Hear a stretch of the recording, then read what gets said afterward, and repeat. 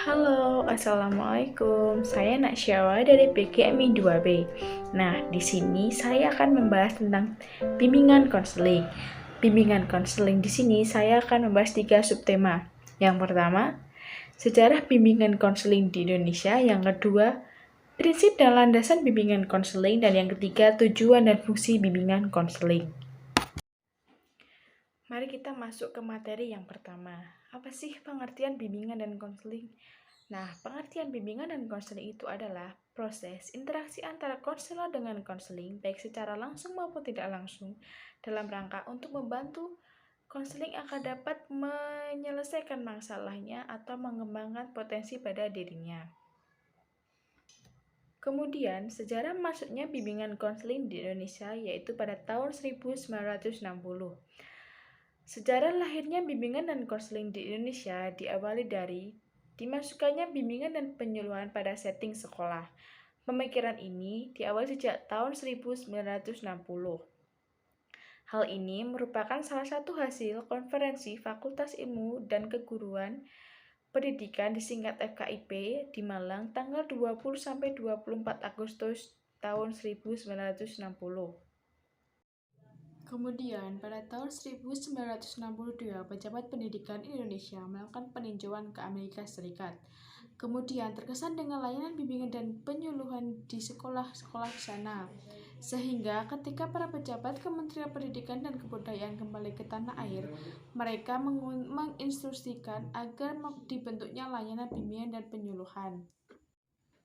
Kemudian, pada tahun 1964, lahir kurikulum SMA Gaya Baru dengan keharusan melaksanakan program bimbingan dan penyuluhan, tetapi program ini tidak berkembang karena persiapan prasyarat, terutama kurangnya tenaga profesional. Kemudian pada tahun 1993 lahirlah SK Menpan nomor 83 tahun 1993 tentang jabatan fungsional guru. Pada pasal 3 disebutkan tugas pokok guru. Yang pertama, menyusun program bimbingan. Yang kedua, melaksanakan program bimbingan. Dan yang ketiga, mengevaluasi program bimbingan. Dan yang terakhir, tahun 2003, diberlakukan Undang-Undang Nomor 20 Tahun 2003 tentang Sistem Pendidikan Nasional. Pendidikan adalah usaha sadar dan terencana untuk mewujudkan suasana belajar dan proses pembelajaran agar peserta didik secara aktif mengembangkan potensi dirinya untuk memiliki kekuatan spiritual, keagamaan, pengendalian diri, dan kepribadian, kecerdasan, akhlak mulia, dan lain-lain. Masuk materi yang kedua, prinsip bimbingan konseling. Ada 4 prinsip dalam bimbingan konseling. Yang pertama, prinsip-prinsip yang berkenaan dengan sasaran layanan. Yang kedua, prinsip-prinsip yang berkenaan dengan masalah individual. Dan yang ketiga, prinsip-prinsip yang berkenaan dengan program pelayanan. Dan yang keempat, prinsip-prinsip yang berkenaan dengan tujuan. Kemudian, landasan-landasan bimbingan konseling. Yang pertama ada landasan filosofi. Landasan filosofi berhubungan dengan cara pandang terhadap peserta didik terkait dengan hakikat, tujuan, fungsi hidup, serta upaya mengembangkan potensi yang dimiliki peserta didik secara optimal. Yang kedua, landasan religius, yang bertujuan untuk membentuk manusia yang beriman dan bertakwa. Kegiatan bimbingan konseling harus diselenggarakan terintegrasi dengan nilai-nilai agama. Yang ketiga, landasan psikologis. Guru, pembimbing perlu menguasai pemahaman tentang peserta didik secara psikologis dalam rangka memfasilitasi perkembangan peserta didik dari aspek psikologisnya. Yang keempat, landasan sosial budaya. Pelayanan bimbingan dan konseling harus memperhatikan latar belakang sosial budaya, kemasyarakatan, dan keberagaman peserta didik dikarenakan perilaku dan sikap bahkan pola pikir pun dipengaruhi oleh lingkungan sosialnya. Kemudian masuk materi yang ketiga. Nah, tujuan bimbingan dan konseling adalah agar tercapai perkembangan yang optimal pada individu yang dibimbing. Dengan perkataan lain agar individu atau siswa dapat mengembangkan dirinya secara optimal sesuai dengan potensi atau kapasitasnya dan agar individu dapat berkembang sesuai dengan lingkungannya.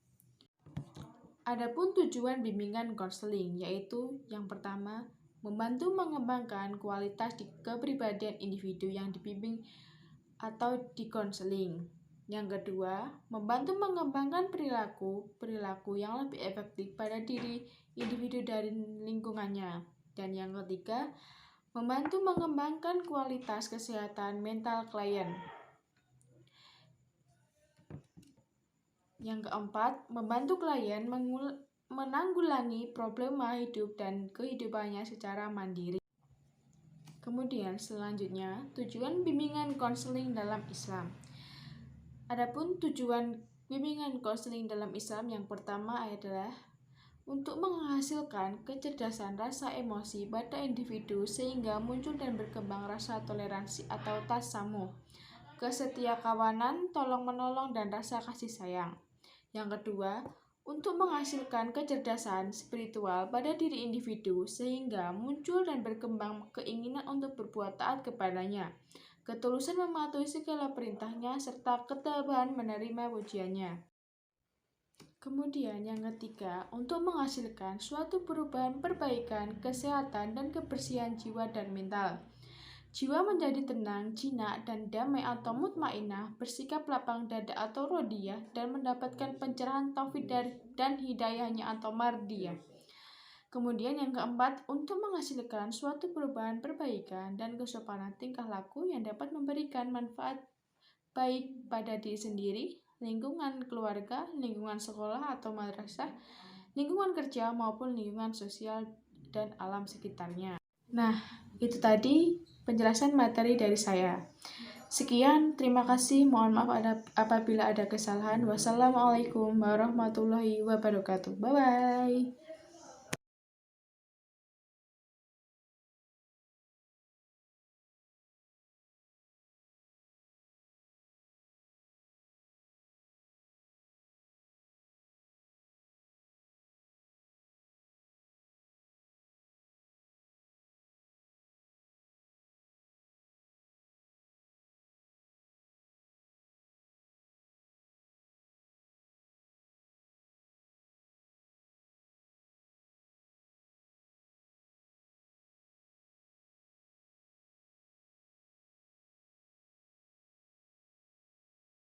Nah, itu tadi penjelasan materi dari saya.